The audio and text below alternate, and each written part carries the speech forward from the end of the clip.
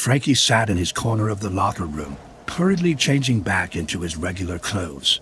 He tried not to notice the other boys as they filed past in their towels and boxer briefs. Boys? More like men. They were all 13 years old, just like Frankie, and yet it seemed that he was the only one among them who had yet to experience the change. The cracks in his classmates' voices and the fuzz on their chins filled him with a kind of envy he'd never known before. Frankie had just slid into his jeans when Tyler and his crew of moron jocks shuffled into his area. They wore their towels around their waists and shouted to one another about some sport or other. To Frankie's relief, they didn't seem to notice him. The last thing he wanted was to interact with such meatheads. He delighted briefly in the knowledge that he was probably more intelligent than all of them combined. And yet, even at his young age, he knew his judgment was hollow. What did it matter how smart he was if they were clearly superior in every way that counted?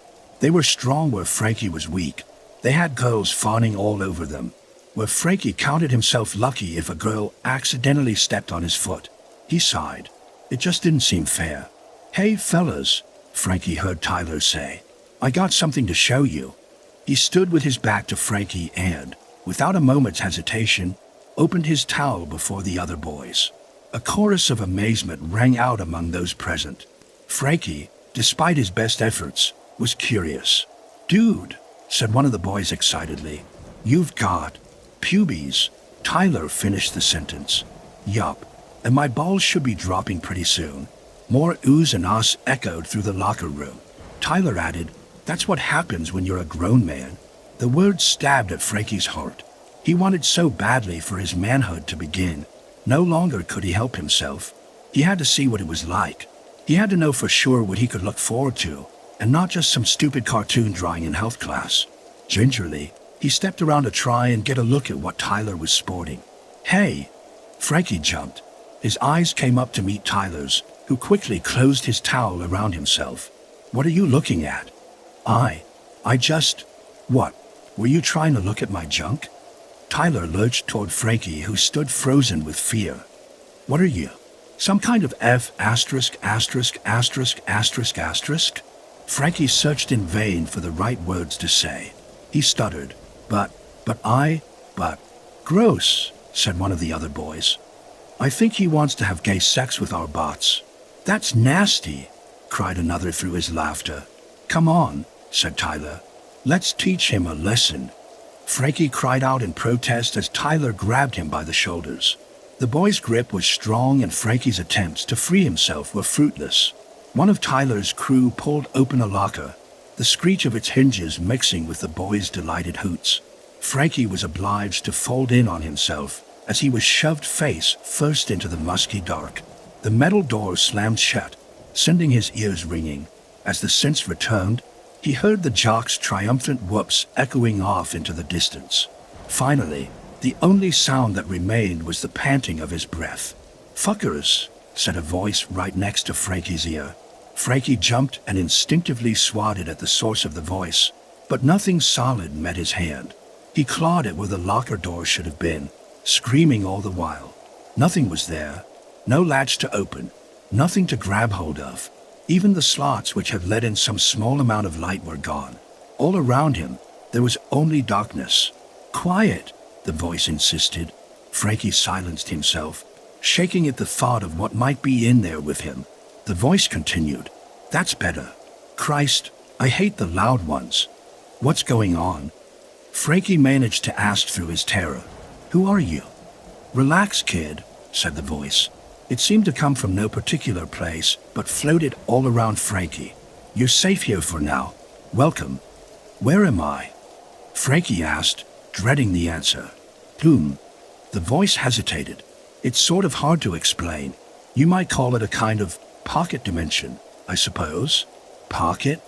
Frankie's voice trailed off. Whatever was happening, he wanted no part of it. "Look," the voice said with audible annoyance. "The long and short of it is, you were caught off guard, caught in a vulnerable moment when those kids grabbed you and shoved you in that locker. I was watching and I took the opportunity to snatch you up and pull you in here." A wave of sickness rose up in Frankie's throat. Whomever or whatever this thing was, it had touched him. "Why?" he demanded. now more angry and desperate than afraid. "Ah," said the voice in the darkness. "Now, that's the important question. Why? Because I see in you a lot of potential." These words caught Frankie off guard. He had expected something that sounded far more sinister. In spite of himself, he urged the voice to go on. "Well," the voice said, "there's something you want, isn't there?" I guess." Frankie drew a blank. There were lots of things he wanted. "Something particularly relevant," the voice said, attempting to draw it out of the boy. A moment passed without an answer from Frankie, and the voice sighed. "Clearly I need to spell it out for you. You're sitting in the locker room, and you're watching how everyone around you is growing and changing. But you? No. Kitty muscles and a baby dick. Am I right?" Embarrassment burned in Frankie's cheeks. "You're right," he said. "But so what?" "So what?" the voice asked with a laugh. "I know exactly how to fix that for you." Frankie did not speak right away. He felt his fear returning, this time mixed with excitement. "What do you mean?" he asked. "I can change you," the voice said. "Turn you into something amazing. Your classmates will be astonished." Frankie thought for a moment. "This sounds too good to be true," he said at last. "How do I know this isn't some kind of trick?" "Trick?" the voice asked. "Why would it be a trick?"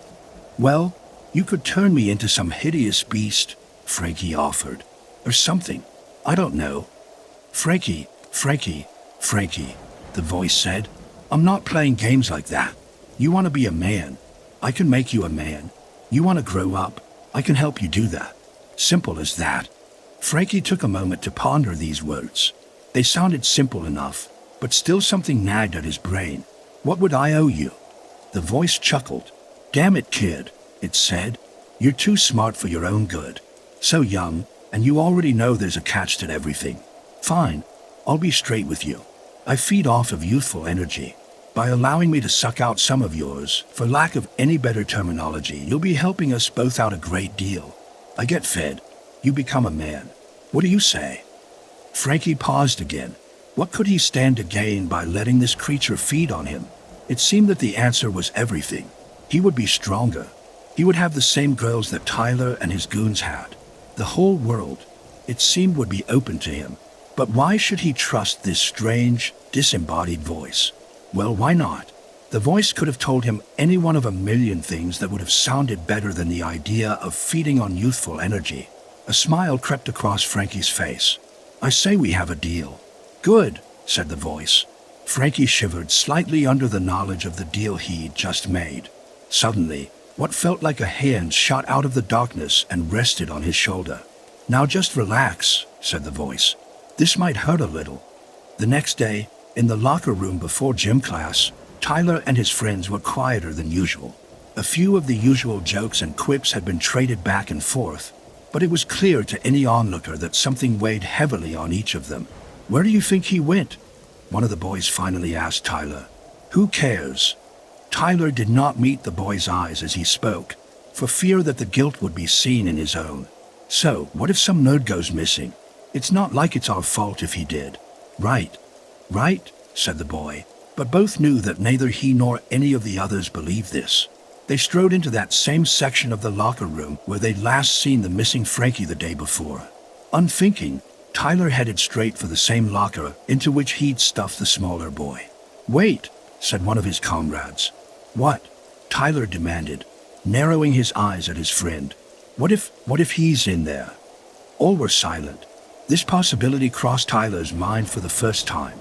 He looked from his friend to the locker and back again. At last, he shook his head. "He's not in here," Tyler said. "That would be stupid." Having satisfied himself, he threw open the locker door and prepared to store his backpack. The screams that ripped through the air attracted the attention of all within the locker room. Teachers and students alike came running.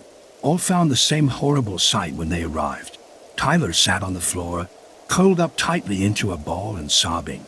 Inside the open locker, slumped to one side, was the body of a withered old man. No one seemed to know who he was, and he had clearly been dead for hours. Thanks for watching. Please like, share, and subscribe to listen to similar stories in future.